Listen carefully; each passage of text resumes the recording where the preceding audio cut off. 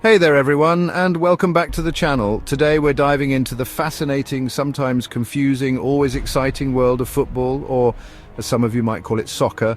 Specifically, we're tackling laws 9 through 13, which might sound a little dry at first, but trust me, these are the rules that make the beautiful game tick. We'll be breaking down everything from when the ball is considered in and out of play, how you actually score those glorious goals, the ever-controversial offside rule, and what happens when things get a little, shall we say, on the pitch. So lace up those metaphorical boots, grab your metaphorical water bottle, and let's get right into it. Alright, let's kick things off with Law 9, which tells us when the ball is considered in play and when it's not. Now, you might think a ball is out of play when it completely crosses the line, and you'd be mostly right. See, the entire circumference of the ball has to cross the entire line, whether it's the touch line or the goal line, for it to be considered out of play. But there's a twist. Even if the ball is technically out of play according to this definition, the game doesn't stop immediately. Play continues until the next stoppage, which could be anything from a foul to a goal kick. This allows for some incredibly strategic play. Imagine this, a player sends a cross into the box, the ball looks like it's sailing out for a goal kick, but then out of nowhere a striker appears, somehow keeps the ball in play with a deft touch and volleys it into the back of that net. The crowd goes wild, the commentators lose their minds, and it's all perfectly legal because technically the ball was still in play.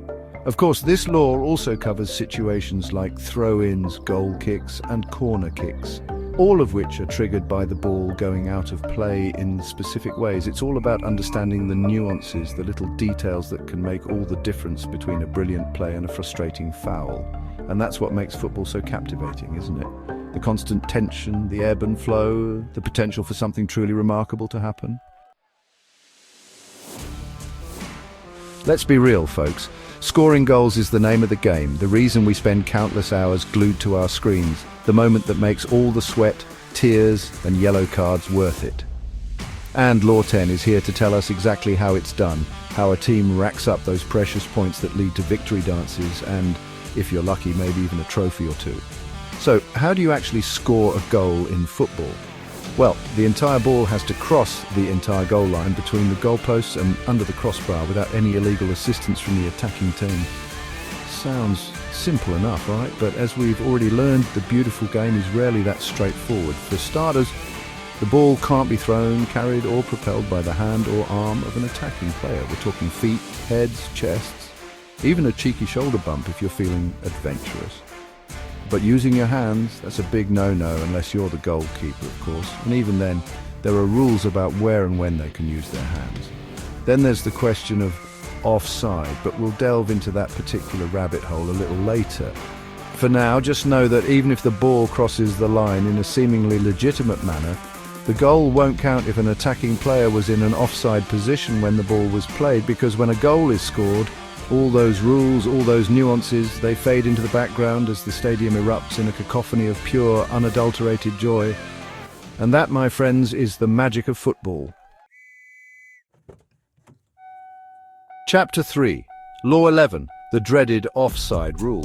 The offside rule, the bane of many a football fan's existence, the source of countless arguments, debates, and even the occasional pub brawl. It's the rule that seems designed to confuse and confound, to leave us scratching our heads and wondering if we'll ever truly understand its intricacies. But fear not, fellow football enthusiasts, because today we're going to demystify this most perplexing of laws. We're going to break it down, piece by piece, until it makes sense, or at least until we're all thoroughly confused together.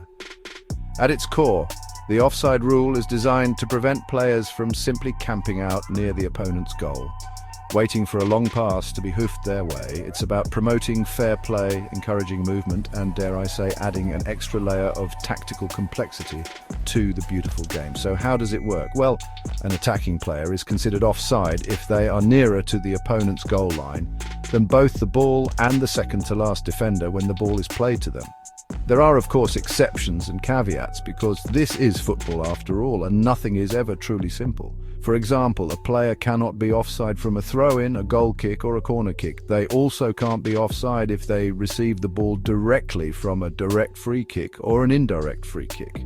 And just to keep things interesting, the offside rule only applies in the attacking half of the field.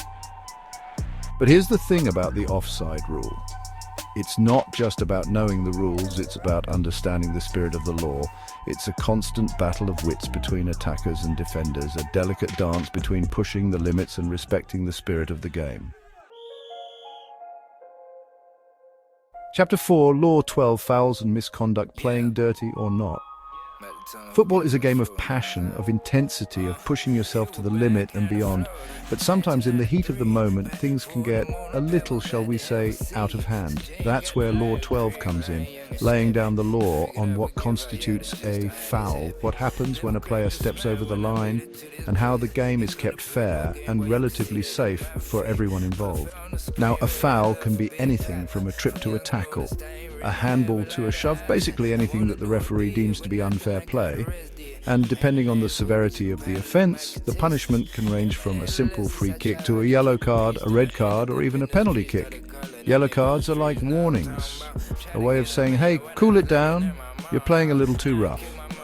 Get 2 yellow cards in a single game and you're out, sent off with a red card and forced to watch the rest of the match from the sidelines. Red cards, on the other hand, are reserved for more serious offences like violent conduct, denying a goal-scoring opportunity, or using offensive language.